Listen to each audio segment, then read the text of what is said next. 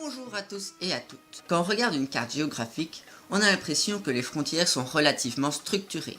En réalité, quand on regarde de plus près, c'est souvent beaucoup plus compliqué, voire parfois complètement absurde. Je vous écris à chaque fois les coordonnées géographiques de ces points. Si vous voulez les retrouver, écrivez-les dans la barre de recherche de Google Maps ou OpenStreetMap par exemple, et vous pourrez voir tout cela de plus près. Bref, commençons.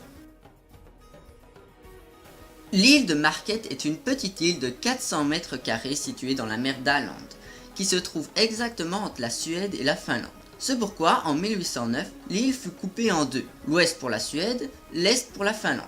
En 1885, un phare finlandais fut construit sur l'île. Et exactement 100 ans plus tard, en 1985, des relevés topographiques sur l'île montrent que le phare finlandais est en fait construit en territoire suédois. Les deux pays se mettent simplement d'accord pour faire un petit détour à la frontière afin que le phare soit en Finlande. Et pour respecter l'équité des choses, la Finlande offre un bout comparable à la Suède.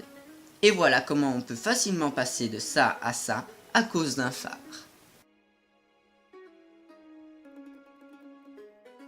Ici, une frontière qui est vraiment spéciale.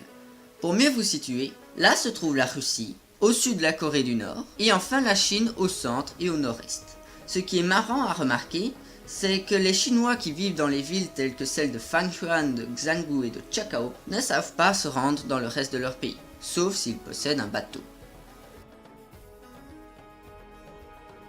Ce petit bout de terre fait partie des territoires que l'on nomme négligés, car en effet, au moment du traçage de la frontière entre les États-Unis et le Canada, cette petite péninsule de 150 mètres de long a été oubliée. Le qu'aucun bateau venant des États-Unis n'y va. C'est en quelque sorte 700 mètres carrés perdus pour ceux-ci et 700 gagnés pour le Canada. Déplaçons-nous maintenant de l'autre côté de la frontière canado-américaine, où il y a à peu près la même chose, sauf en plus grand. Ici, à 20 km au sud de Vancouver, la 5e plus grande métropole canadienne, 14 km², 2000 habitants américains n'ont pas d'accès direct vers leur pays. Mais ici, plusieurs ferries font des allers-retours. Voici une carte du lac Lugano, et voici celle du lac de Constance. Vous ne voyez pas la différence, outre la forme du lac, les villes autour, etc. Bien, regardons ici le lac Lugano. Vous remarquerez au passage qu'il y a une frontière un peu spéciale ici, mais j'y reviendrai plus tard à ce type de frontière-là. Le lac fait la frontière entre la Suisse et l'Italie, et comme il est convention, la frontière passe au milieu du lac. Par contre, au lac de Constance, nous avons l'Autriche, l'Allemagne et la Suisse qui se partagent ces berges. Pourtant, aucune frontière n'est stipulée au milieu du lac. Ceci n'est pas une erreur, mais comme souvent, un oubli. Les trois pays n'ayant rien signé pour officialiser la frontière dans le lac, eh bien, il n'y en a pas. Par exemple, l'Autriche considère que cette portion-ci du lac lui appartient. Pour la Suisse, la frontière s'arrête à la berge du lac, et l'Allemagne, quant à elle, n'a jamais rien prononcé à ce sujet. Donc oui, il y a un territoire au milieu de l'Europe occidentale qui n'appartient à personne. Encore en Europe occidentale, mais en Belgique cette fois. Ici au nord de la province d'Anvers, on peut trouver 90% des exclaves belges. Les exclaves, ce sont ces petits bouts qui appartiennent à un pays, mais qui sont complètement entourés par un autre. Enfin, là sur l'image que vous voyez, il n'y a peut-être que 5% des esclaves belges. Mais si on regarde un peu plus au nord, on voit les 85% manquants. Alors certains diront que ça ne ressemble à rien. Et là, je suis d'accord avec vous. Tout s'est fait en 1843, lors du traité de Maastricht, qui définit la frontière entre les Pays-Bas et la Belgique, où ceux-ci ne réussissent pas à se mettre d'accord dans cette zone. Ils se sont donc basés sur les nationalités des habitants pour le tracé des frontières. Sauf que depuis 1843, certaines maisons ont été détruites, agrandies ou remplacées, ainsi de suite.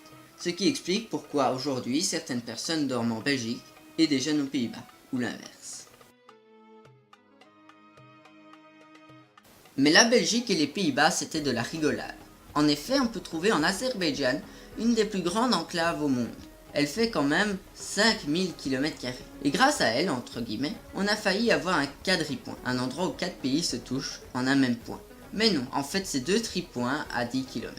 En parlant d'exclaves, on peut trouver une frontière bien bordélique entre l'Ouzbékistan, le Tadjikistan et le Kirghizistan. Même que cette exclave, nommée Sox, elle est officiellement gérée par le Kirghizistan, mais officieusement par le Tadjikistan, même si la population est à 97% ouzbek. Enfin, pour terminer cette vidéo, Allons au Bangladesh, où l'on trouve 90% des enclaves esclaves du monde. Là-bas, c'est le gros n'importe quoi. Les frontières ne suivent pas du tout les fleuves, mais il s'agit du Gange. Elles tournent en rond, reviennent en arrière. Il paraît, mais là ce n'est pas sûr, c'est les rumeurs qui le disent, donc ne vous fiez pas à cette information, mais il paraît que ce seraient les dirigeants de Purnia en Inde et de Rangpur au Bangladesh qui se seraient échangés ces territoires en jouant au poker. En tout cas, franchement, le Bangladesh et l'Inde, c'est la région où la frontière fait le plus n'importe quoi, part dans tous les sens. L'endroit où la frontière est complètement folle. Merci d'avoir regardé cette vidéo. N'hésitez pas à mettre un pouce bleu si vous avez aimé et à vous abonner.